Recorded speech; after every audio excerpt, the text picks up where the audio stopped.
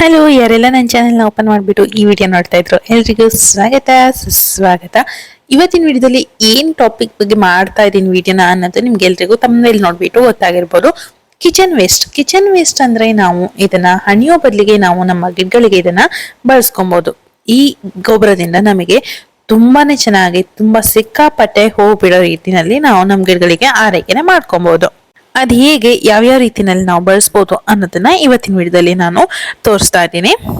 ನೋಡಿ, ಈ ಗುಲಾಬಿ ಗಿಡದ ಒಂದು ಫೋಟೋನ ನಾನು ನಿಮ್ ಜೊತೆಗೆ ಶೇರ್ ಮಾಡ್ತೀನಿ. ಎಷ್ಟು ಹೂ ಅಂದ್ರೆ ಅಷ್ಟು ಹೂ ಬಿಟ್ಟಿತ್ತದು. ಇವಾಗ ನಾನು ಗಿಡಗಳ ಹರಗಳನ್ನೆಲ್ಲ ಕಟ್ ಮಾಡಿರೋದ್ರಿಂದ ಅದು ಸ್ವಲ್ಪನೇ ಹೂ ಆಗಿದೆ. ಬನ್ನಿ ಹಾಗಿದ್ರೆ ಇವತ್ತಿನ ವಿಡಿಯೋನ ಶುರು ಮಾಡೋಣ. ಅಂದ್ರೆ ನಾನು ಕಿಚನ್ ವೇಸ್ಟ್ ನ ಯಾವ ರೀತಿಯಾಗಿ ಗಿಡಗಳಿಗೆ ಕೊಡ್ತೀನಿ, ಹಾಗೆ ಕಿಚನ್ ವೇಸ್ಟ್ ನಿಂದ ಯಾವ ರೀತಿಯಾದಂತ ಗೊಬ್ಬರನ ತಯಾರು ಮಾಡ್ತೀನಿ ಅನ್ನೋದನ್ನ ತೋರಿಸ್ಕೊಡ್ತೀನಿ.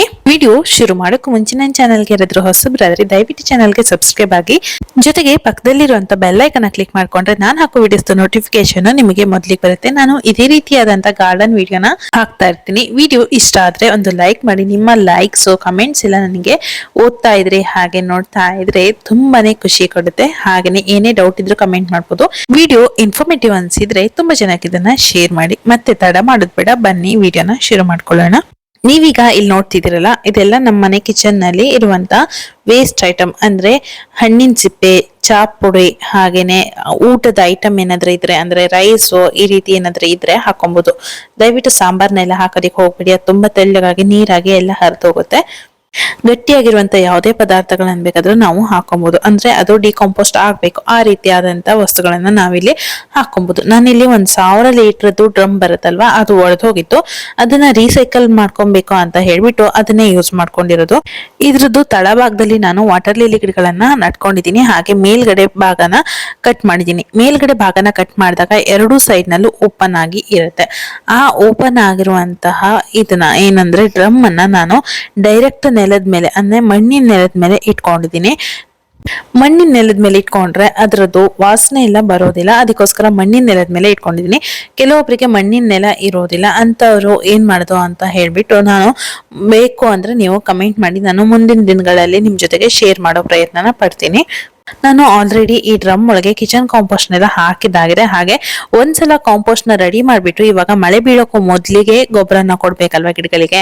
ಅದಕ್ಕೋಸ್ಕರ ಮಳೆ ಶುರು ಆಗೋಕ್ಕೂ ಮುಂಚೆನೆ ನಾನು ಒಂದ್ಸಲ ಇದ್ರಲ್ಲಿ ಆಗಿರುವಂತ ಗೊಬ್ಬರಗಳನ್ನೆಲ್ಲ ತೆಗೆದು ಗಿಡಗಳಿಗೆ ಕೊಟ್ಟಿದ್ದಾಗಿದೆ. ಇವಾಗ ಅಡಿಗಡೆ ಭಾಗದಲ್ಲಿ ಫಸ್ಟ್ ಒಂದ್ ಲೇಯರ್ ನಾವು ಕಿಚನ್ ಕಾಂಪೋಸ್ಟ್ ನ ಹಾಕೊಂಡಿದೀನಿ. ಅದ್ರ ಮೇಲ್ಗಡೆನಲ್ಲಿ ನೀವು ಡ್ರೈ ಆಗಿರುವಂತ ಎಲೆಗಳನ್ನ ಬೇಕಾದ್ರೆ ಹಾಕೋಬಹುದು. ಇಲ್ಲ ಅಂತ ಆದ್ರೆ ಈ ರೀತಿ ಹಸಿಯಾಗಿರುವಂತಹದ್ದು ಎಲೆಗಳನ್ನ ಅಥವಾ ಸೆಗಣಿನ ಅಥವಾ ಬೇರೆ ಏನಾದ್ರು ಅಂದ್ರೆ ಒಣಗಿರೋ ಎಲೆ ಈ ರೀತಿ, ಇವಾಗ ಹೇಗಿದ್ರು ಕಳಲೆ ಸೀಸನ್, ಅದಕ್ಕೋಸ್ಕರ ನಾನು ಕಳಲೆ ಸಿಪ್ಪೆಗಳನ್ನೆಲ್ಲ ಹಾಕೊಳ್ತಾ ಇದ್ದೀನಿ. ಇದು ಕೂಡ ಕಿಚನ್ ವೇಸ್ಟ್ ಅಲ್ವಾ, ಅದು ಕೂಡ ಡಿಕಾಂಪೋಸ್ಟ್ ಆಗತ್ತೆ. ಇದು ಡಿಕಾಂಪೋಸ್ಟ್ ಆಗೋದಕ್ಕೆ ಸ್ವಲ್ಪ ಲೇಟ್ ಆಗತ್ತೆ.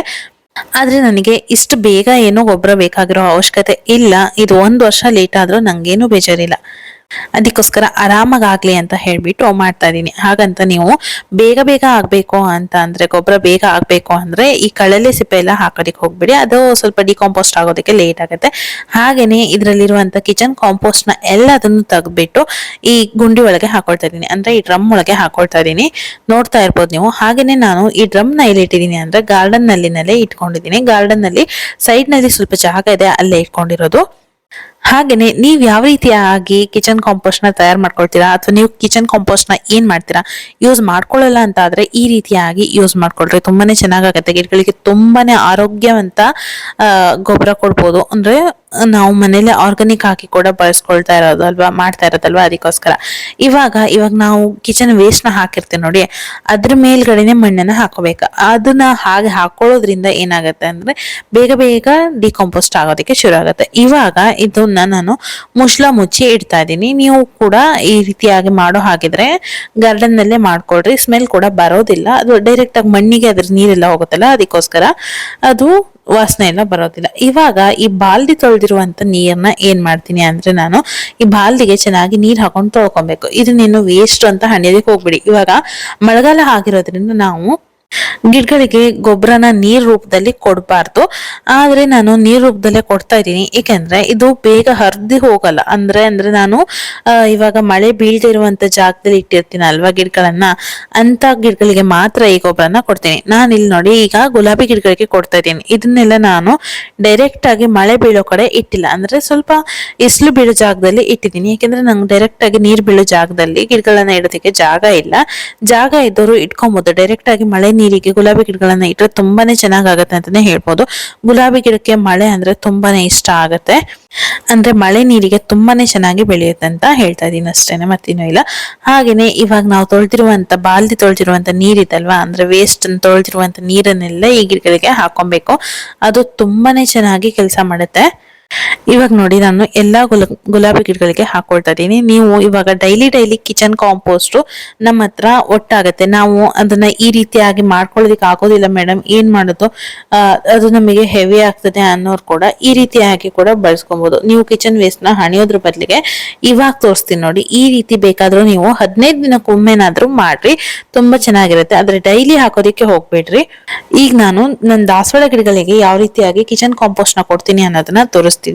ನೀವು ಇದು ದಾಸವಾಳ ಗಿಡಕ್ಕೆ ಮಾತ್ರ ಅಲ್ಲ, ಹಾರ್ಡಿ ಆಗಿರುವಂತಹ ಯಾವುದೇ ಗಿಡಗಳಿಗೆ ಬೇಕಾದ್ರೆ ಇದನ್ನ ಕೊಡ್ಬೋದು. ಅಂದ್ರೆ ಗುಲಾಬಿ ಗಿಡ, ದಾಸವಾಳ ಗಿಡ ಅಥವಾ ಸಂಪಿಗೆ ಗಿಡ, ಮಲ್ಲಿಗೆ ಗಿಡ, ಈ ರೀತಿಯಾಗಂತ ಅಂದ್ರೆ ಬೇಗ ಅಂದ್ರೆ ತುಂಬಾ ಸೂಟಿ ಆಗಿರುತ್ತಲ್ವಾ ಅಂತ ಗಿಡಗಳಲ್ಲ, ತುಂಬಾ ಹಾರ್ಡಿ ಆಗಿರುತ್ತಲ್ವಾ ಅಂತ ಗಿಡಗಳಿಗೆ ನೀವು ಈ ಗೊಬ್ಬರನ ಕೊಡ್ಬೋದು. ಗಿಡಕ್ಕೆಲ್ಲ ಗೊಬ್ಬರ ಕೊಡೋಕೋ ಮುಂಚೆ, ನೀವು ಯಾವುದೇ ಗಿಡಕ್ಕೆ ಗೊಬ್ಬರ ಕೊಡೋಕೋ ಮುಂಚೆನೆ ಏನ್ ಮಾಡ್ಬೇಕು ಅಂದ್ರೆ ಅದ್ರಲ್ಲಿ ಒಣಗಿರುವಂತ ಎಲೆ ಆಗ್ಲಿ, ಆ ಪಾಟ್ ನಲ್ಲಿ ಬೆಳೆದಿರುವಂತ ಕಳೆ ಗಿಡಗಳನ್ನಾಗ್ಲಿ ಅದನ್ನೆಲ್ಲ ಮೊದ್ಲಿಗೆ ತಕೊಬೇಕಾಗತ್ತೆ. ಇಲ್ಲ ಅಂತ ಆದ್ರೆ ನಾವು ಕೊಟ್ಟಿರುವಂತ ಗೊಬ್ಬರದ ಪೋಷಕಾಂಶ ಎಲ್ಲ ಏನಿರುತ್ತೆ ಅದೆಲ್ಲ ಕಳೆ ಗಿಡಕ್ಕೆ ಹೋಗುತ್ತೆ. ಇಲ್ಲ ಅಂತ ಆದ್ರೆ ಗಿಡದಲ್ಲಿರುವಂತ ಒಣಗಿರೋ ಎಲೆನೆಲ್ಲ ಉದುರಿಸೋದಕ್ಕೆ ಅದ್ರ ಪೋಷಕಾಂಶ ಎಲ್ಲ ಸಾಕಾಗ್ತಾ ಇರುತ್ತೆ. ಅದಕ್ಕೋಸ್ಕರ ನಾವು ಆ ಕೆಲಸಗಳನ್ನ ಆ ಗಿಡಗಳಿಗೆ ಮಾಡಿಕೊಟ್ರೆ ಅದಕ್ಕೆ ಎಕ್ಸ್ಟ್ರಾ ಎನರ್ಜಿ ಬಂದಂಗ ಆಗತ್ತೆ. ಇವಾಗ ನಾನು ಕಿತ್ತಿರುವಂತಹ ಗಿಡದ ಎಲೆಗಳನ್ನೆಲ್ಲ ಏನ್ ಮಾಡ್ತೀನಿ ಅಂದ್ರೆ ಅದು ಜಸ್ಟ್ ಹಾಳಾಗಿರೋದು, ಅಂದ್ರೆ ಹಣ್ಣಾಗಿರುವಂತ ಎಲೆ ಅಷ್ಟೇನೆ. ಅದಕ್ಕೋಸ್ಕರ ನಾನು ಅದೇ ಪಾಟ್ನ ಒಂದ್ ಸ್ವಲ್ಪ ಗುಂಡಿ ಮಾಡ್ಬಿಟ್ಟು ಅದರಲ್ಲಿ ಹಾಕೊಂಡು ಮತ್ತೆ ಮುಚ್ತಾ ಇದೀನಿ. ಅದರಿಂದ ಕೂಡ ಗೊಬ್ಬರ ಆಗತ್ತೆ, ಜೊತೆಗೆ ಆ ಎಲೆಗಳು ಕೂಡ ವೇಸ್ಟ್ ಅಂತ ಆಗೋದಿಲ್ಲ. ಅದ್ರ ಜೊತೆಗೆ ಹಾಕಿದ್ರೆ ಅದು ಕಾಂಪೋಸ್ಟ್ ಕೂಡ ಆಗತ್ತೆ. ಇದೆಲ್ಲ ನೋಡಿ ನನ್ನ ದಾಸವಾಳ ಗಿಡದಲ್ಲಿ ಅರಳಿರುವಂತ ಹೂಗಳು ಹಾಗೆ ತುಂಬಾನೇ ಮೊಗ್ಗು ಕೂಡ ಬಿಡ್ತಾ ಇದಾವೆ ಇವಾಗ. ಇನ್ನೊಂದು ರೀತಿಯಾಗಿ ನಾವು ಕಾಂಪೋಸ್ಟ್ ನ ಯಾವ ರೀತಿಯಾಗಿ ಬಳಸ್ಕೊಬಹುದು ಅಂತ ಅಂದ್ರೆ, ಇವಾಗ ನಾವು ಪಾಟ್ ನಲ್ಲಿ ಬೆಳೆದಿರುವಂತ ಕಳೆಗಿಡನ್ನೆಲ್ಲ ತಕ್ಕೊಬೇಕು. ತಕ್ಕೊಂಡು ಅದ್ರ ಮೇಲೆ ಅದರಲ್ಲಿ ನಾವು ಪಾಟ್ ನ ತುದಿ ಭಾಗ ಅಂದ್ರೆ ಸೈಡ್ ನಲ್ಲಿ, ಅಂದ್ರೆ ಗಿಡದ ಬುಡದಲ್ಲೆಲ್ಲ ಒಂದ್ ಸ್ವಲ್ಪ ಜಾಗನ ಬಿಟ್ಬಿಟ್ಟು ಅದ್ರ ಸೈಡ್ ನಲ್ಲಿ ಎಲ್ಲ ನಾವು ಈ ರೀತಿಯಾಗಿ ಮಣ್ಣನ್ನ ಕೆತ್ಕಿ ಮೇಲ್ಗಡೆ ಹಾಕೊಬೇಕಾಗತ್ತೆ. ಇವಾಗ ಮಳೆಗಾಲ ಆಗಿರೋದ್ರಿಂದ ಬೇಗನೆ ಬರುತ್ತೆ. ಆದ್ರೆ ಮಳೆಗಾಲ ಅಲ್ಲದೆ ಬೇಸಿಗೆ ಆದ್ರೂ ಬೇಸಿಗೆನಲ್ಲಿ ಕೂಡ ಈ ರೀತಿಯಾಗಿ ನೀವು ಕಾಂಪೋಸ್ಟ್ ನ ಬಳಸ್ಕೊಬಹುದು. ಈ ರೀತಿಯಾಗಿ ಕೆತ್ಕಿದ್ರ ಮೇಲೆ ಇದಕ್ಕೆ ನಾವು ಗೊಬ್ಬರನ ಕೊಡ್ಬೇಕಾಗತ್ತೆ. ಅಂದ್ರೆ ನಮ್ಮ ಕಿಚನ್ ನಲ್ಲಿ ಇರುವಂತ ವೇಸ್ಟ್ ವಸ್ತು ಯಾವುದೇ ಇದ್ರೂ ಕೂಡ ಅದನ್ನ ತಂದು ಇದಕ್ಕೆ ಹಾಕೊಬಹುದು. ನಾನಿಲ್ಲಿ ಬಾಳೆಹಣ್ಣಿನ ಸಿಪ್ಪೆ ಹಾಗೆ ಚಾ ಪುಡಿನ ಹಾಕೊಳ್ತಾ ಇದೀನಿ. ಚಾ ಪುಡಿ, ಬಾಳೆಹಣ್ಣಿನ ಸಿಪ್ಪೆ ಹಾಗೆ ಬೇರೆ ಏನೇ ಇದ್ರು ಕೂಡ ಹಾಕೊಬಹುದು. ಸ್ವಲ್ಪ ಈ ರೀತಿ ಹಾಕಿದ್ರ ಮೇಲೆ, ಅಂದ್ರೆ ನಾನು ಇಲ್ಲಿ 1 ಹಿಡಿ ಹಾಕೋಷ್ಟು ಮಾತ್ರ ಹಾಕೊಳ್ತಾ ಇರೋದು, ಜಾಸ್ತಿ ಹಾಕೊಳ್ತಾ ಇಲ್ಲ. ಇವಾಗ 1 ಹಿಡಿ ಆದಷ್ಟು ಹಾಕೊಂಡ್ರ ಮೇಲೆ ಇದ್ರ ಮೇಲ್ಗಡೆಯಿಂದ ಸ್ವಲ್ಪ ಮಣ್ಣನ್ನು ಹಾಕೊಬೇಕಾಗತ್ತೆ. ಯಾಕೆಂದ್ರೆ ಒಂದು ಡಿಕಾಂಪೋಸ್ಟ್ ಅನ್ನೋದು ಬೇಗ ಆಗತ್ತೆ. ಇಲ್ಲ ಅಂತ ಆದ್ರೆ ಇಲಿಗಳು, ಹೆಗ್ಣಗಳು ಏನಾದ್ರು ಬಂದ್ಕೊಂಡು ಇದ್ರ ವಾಸನೆಗೆ ಮತ್ತೆ ಗಿಡಗಳನ್ನೆಲ್ಲ ಹಾಳು ಮಾಡೋ ಚಾನ್ಸಸ್ ಕೂಡ ಇರುತ್ತೆ. ಅದಕ್ಕೋಸ್ಕರ ಇದ್ರ ಮೇಲ್ಗಡೆಯಿಂದನೇ ಸ್ವಲ್ಪ ಮಣ್ಣನ್ನ ಹಾಕೊಬೇಕು. ಆವಾಗ ಸ್ಮೆಲ್ ಅನ್ನೋದು ತುಂಬಾ ದೂರ ಹೋಗದೆ ಅದು ನಾವು ಆರಾಮಾಗಿ ಮುಚ್ಚಿ ಇಟ್ರೆ ಅದು ವಾಸನೆಗೆ ಬರೋದೇ ಇಲ್ಲ. ಇಲ್ಲ ಅಂತಾದ್ರೆ ಇಲಿ, ಹೆಗಣಗಳೆಲ್ಲ ಬಂದ್ಬಿಟ್ಟು ನಮ್ ಗಿಡಗಳನ್ನೆಲ್ಲ ಹಾಳು ಮಾಡೋ ಚಾನ್ಸಸ್ ಕೂಡ ಇರುತ್ತೆ. ಅದಕ್ಕೋಸ್ಕರ ಆದಷ್ಟು ನಾವು ಈ ರೀತಿ ಆಗಿ ಗಿಡಗಳನ್ನ ಕೆತ್ಕಿ ಬಿಟ್ಟು ಅದಕ್ಕೆ ಗೊಬ್ಬರ ಹಾಕಿ ಅದ್ರ ಮೇಲ್ಗಡೆಯಿಂದ ಮುಚ್ಚೋದು ಒಳ್ಳೇದು. ನೋಡಿದ್ರಲ್ಲ ನಾನು ಯಾವ ರೀತಿಯಾಗಿ ನಮ್ಮನೇಲಿ ಇರುವಂತ ಕಿಚನ್ ಕಾಂಪೋಸ್ಟ್ ನ ನಾನು ಮರುಬಳಕೆ ಮಾಡ್ಕೊಳ್ತೀನಿ, ಅಂದ್ರೆ ಗಿಡಗಳಿಗೆ ಯಾವ ರೀತಿಯಾಗಿ ಯೂಸ್ ಮಾಡ್ಕೊಳ್ತೀನಿ ಅನ್ನೋದನ್ನ ನಿಮ್ ಜೊತೆಗೆ ಶೇರ್ ಮಾಡಿದ್ದೀನಿ. ಈ ವಿಡಿಯೋ ಎಲ್ಲ ನಿಮ್ಗೆ ಇಷ್ಟ ಆಗಿದೆ ಅಂತ ಅನ್ಕೊಳ್ತಾ ಇವತ್ತಿನ ವಿಡಿಯೋನ ಇಲ್ಲಿಗೆ ಮುಗಿಸ್ತಾ ಇದ್ದೀನಿ. ಮತ್ತೆ ಯಾವ್ದಾದ್ರು ಹೊಸ ವಿಡಿಯೋದಲ್ಲಿ ಸಿಗ್ತೀನಿ. ಅಲ್ಲಿವರೆಗೂ love you all, bye bye.